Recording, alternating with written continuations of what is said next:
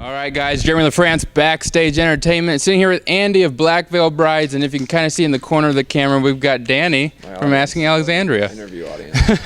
We have an audience finally. And I have an elegant woman's coat on. Yeah, tell them about the weather out here. You're in Nebraska. What do you think about that? Well, I was just telling you prior to the interview starting that I'm thinking about uprooting my life from Los Angeles and moving to Nebraska because the weather outside is fantastic. It's a brisk 2 degrees. It's nice. We're not negative right now, huh? No, yeah, it's you're above negative, so that's always good.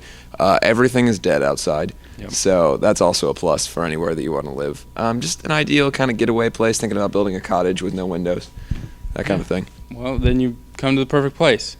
So check it out. A lot of cottages without windows here. That's the sign of success in any Nebraska. Metropolitan area. If That's you can have buildings with no windows. Yep. So then you'd be good. Anyway, going back to Black Veil Brides and your music and everything, you guys are currently on the Buried Alive tour. You got Asking Alexandria, Hollywood Undead, and of course Avenged Sevenfold. What does a day like today, because it's kind of an off day for you where it's just you and Asking Alexandria, then we got some local bands here. How's the day like today different than the regular tour? I wake up later and I play later in the day.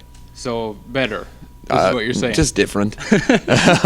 Yeah, I don't know. It's fun to do these kind of one-off shows. We did one last night in Des Moines, and that was a good time. And you know, for us, being on the arena tour, it's a whole different animal. I mean, you talk about touring being a bit like Groundhog's Day. You know, you sort of see the same things every day. And when you're in an arena tour, it's that times 10 because most arenas are kind of built to spec, so everywhere looks the same. But we enjoy it. I mean, it's been my favorite tour that we've ever done. It's just in terms of everybody being on the tour, or everybody on the tour has been really kind and nice, and the fan reaction has been great, and we get to piss a lot of people off every night because they have to sit through our set when they're looking forward to watching something else. So, you know, I mean, that's the cool thing about we've been headlining for, you know, a while now. So to go out with Avenged and not be the headlining band is kind of it's a cool thing to be out, kind of have the snotty attitude of going out and showing the crowd what you got. Not all of which knows who your band is or whatever, but you know, our fans have been showing up in large numbers every night, and we've had a great time. I mean, all the bands on the tour have their own huge fan bases, so it's definitely like a dream team lineup. It's nice to probably get a whole lot of different fans too to kind of listen to your music and, you know, check you guys out, of course, too. Now let's talk about kind of maybe a sore subject for you, but a couple months back you had a little mishap on stage. Did you mean that in like to be a joke, like sore subject? Kind of. Well done. I might make this awkward for you. Are you skillfully threw on the ground? Are you wanting to tell fans more about that? Which injury? Because I've broken pretty much everything this year. So here's the thing: don't do it.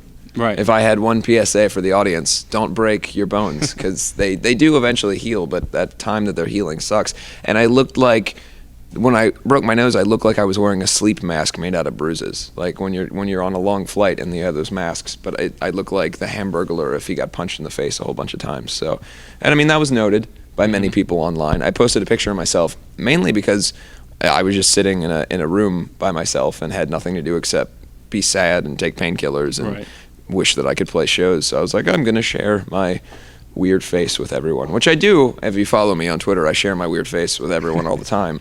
It's just that I had more bruises on my face at that point. But no, the healing process was all right. You know, I listened to doctor's orders. I didn't perform. I did a show in London, which was sort of against doctor's orders, and then after that I realized why I couldn't perform, because it was excruciating. So, you know, I apologize to any of the fans that missed the shows on that tour, but we rescheduled and we'll be back soon. So. Well, and the cool thing too is you finished the show that night. Is that right?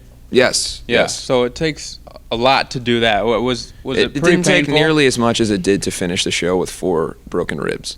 That was another one. Bet. The thing is that, or breaking your tooth on Warped Tour, or shattering your kneecap on the AP tour, or breaking your tailbone on the Entertainment or Death tour. Really, and just finishing the show during all of those times that I did those things has always been a fun and exciting experience for me. So if you come out to a show, there's a large chance that I'm going to break something, but don't worry, because I'll stumble my way through the rest of the show and forget most of the songs because I'm in pain. There you go. Well, that's cool. I mean, you got to keep going, so you do that. Now, I mean, talking about your guys' look, I mean, you guys, I'm sure, get a lot of questions about, hey, you guys... No one's ever said anything about it. Oh, okay. Weird. Well, then let's keep going, huh? Not one person has ever noted anything about, do I look strange? No. I was just saying, you guys have a unique look. But I'm just, what kind of my question geared towards is, do you guys see yourself kind of evolving other than what you guys look right now? I mean, do you see just going more extravagant or anything like that, or how is the look of Black Veil Brides going to evolve? Yeah, I mean the evolution of our look has always sort of been one of, you know, every tour and everything we do, every album it grows and gets bigger, and then there's a guy in the corner with jingle keys that's annoying me while I'm trying to do the interview. So there he is. Yeah. and I think there's some sort of, he's got a fake penis. That's good. That's good. Anyway, no. So the look of our band is always something that's going to be evolving, and I think that as we grow, we change a bit, and you know, I mean, it's not a conscious thing. We don't sit down and go, hey, let's change up our makeup or our appearance or anything. It's just sort of the way that we do it every day. So the natural evolution is bigger costumes, bigger stage show, everything else. Yep. So I mean, it's working for you guys now. So it's doing great, huh? I don't know. We'll see. Yeah, you got quite a bit of fans. So. It seems to be working out just fine, but we'll see. Exactly. I could crash and burn after this interview. Who knows? And now, tell me, here's a question. Don't hold back just because of me and everything, but what are some of those interview questions that you hate to answer? What is your name? What is your name? Nobody does the research. It's a rough one to answer because I don't know what I'm going to say any given day. No, there's really none. I mean, the thing is that there's those questions that people always ask, and I think band members, we always kind of agonize on, like, what's your band name mean and all that stuff. But they have to ask those questions because not everybody knows. So it's like, as much as I may have said it 6,000 times in my life, each interview is its own individual thing, and it might get monotonous after a while for those of us who do a lot of interviews. But then again, I could be doing something so much worse in my life. So if the worst thing I have to do in a day is tell somebody what my band name means, at least they're interested in me. Well, yeah. At least they care. Exactly. And that's all we really want, isn't it? Just we want fans that care, huh? Now, next part of the interview here, we've actually brought a fan to do a fan question. Yes. And she's really stoked to talk to you, so it'll be kind of fun to see how this goes. So without further ado, let's bring out Kyla. Kyla, you're going to ask a question. Stand over by Andy. Come on, the strange thing is that she just descended out of the heavens. Okay, you're kind of in the wrong spot here. All right, now what do you want to ask Andy? You smell fantastic, by the way. Thank you. What's your favorite song to play live? My favorite song to play live is, right now it's the cover song that we do in our set, Rebel Yell. It's off our EP that we're putting out this month. Just because it's something different, and there's always a cool crowd reaction. Obviously, songs like Knives and Pens and like the classic songs from the back catalog of our career, which those are always fun to play because the fans know them and a good vibe in the room. But on stage right now, I would say Rebel Yell. What is your favorite song to play live? Let's do a hypothetical. If you were to play a song live, what's of any band? Of any band. If you were in a band, what do you think would be the most exciting song to play live? Are you going to choose Black Veil? No, choose a Phil Collins song. I don't know who that is. She said a Phil Collins song, but it sounded like I don't know who that is. I don't know who that is by Phil Collins. It's a really underrated B-side. He just keeps talking about how so there's someone at his door and he's like, I don't know who that is. And he tells him to go away and the song's over. It's weird. It was an experimental period for him. That's a good answer, I'd say. Huh?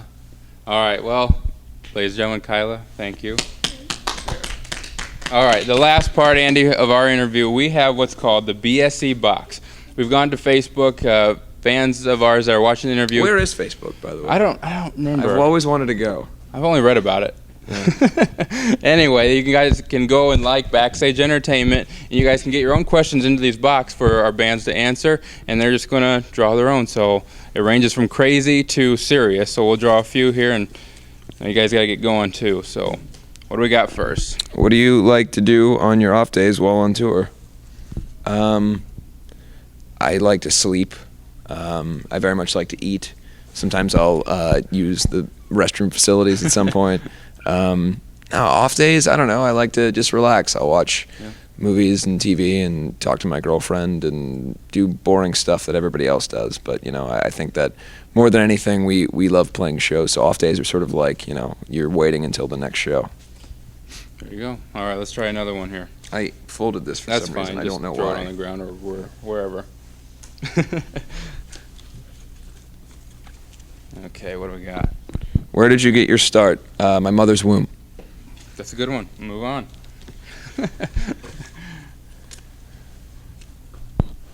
If you weren't in the band, what job would you be doing now? I always had hoped for Batman, so that's what I would assume I would be. If I weren't in this band, I would be Batman. Or the male Oprah. There you go. Hey, that'd be a good one, huh? All right, let's try one more, and I know you guys got to get going for the show here. Which would be called Mopra. Mopra. What is your most embarrassing moment on tour or on stage? Not embarrassing moments, because I seem to have a lot of those. So You mentioned earlier, yes, but hey. I mean, I think we were in Des Moines in summer of 2010, and I couldn't remember any of the words to the song Knives and Pens. And I don't know why. My brain stopped working effectively. There could have been reasons. I could say that there was reasons. It could have been like a single barrel reason, but it could have been many reasons. But I did not remember the words to Knives and Pens, which was kind of a rough song not to remember. Right. For those of you who don't know who Black Veil Brides is, that's the song that everybody hates by us. So. And why would they hate you by that one? For those new fans. Because we are gay looking. That would be why. I mean, at least that's what I've been told. Those are the comments you're getting, huh? Yeah, Anyway. That's what I've been told anyway. Okay. Which for me, it's whatever. I think I look more. If anything, I don't look as gay as I look more like a woman. If anything, so it's not necessarily gay. It's just sort of more like a very, like a dark straight woman. Yep. Anyway, all right. But there are always going to be those haters out there. I mean, every band has them. Danny, do you have any by chance? None. No, never mind. Asking Alexander doesn't have any. It's weird. It is. No one dislikes anyone, really. I know it. So I guess Asking Alexander is the only one that doesn't have them. But Yes. Yes.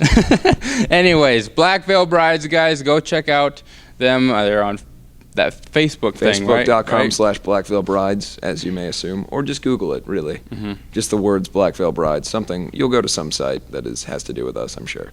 Yep, and check out the new album, Set the World on Fire, in stores now, everywhere. Go check them out, guys. Once again, Andy, Black Veil Brides. Hey everyone, make sure to like Backstage Entertainment on Facebook to see our photos, to enter yourself into contests for autographed prizes, and other news. Also, make sure to click the subscribe button on YouTube to check out the rest of our videos. And you can find us on Twitter to get updates about what we're doing. For Backstage Entertainment, this is Jeremy Lafrentz.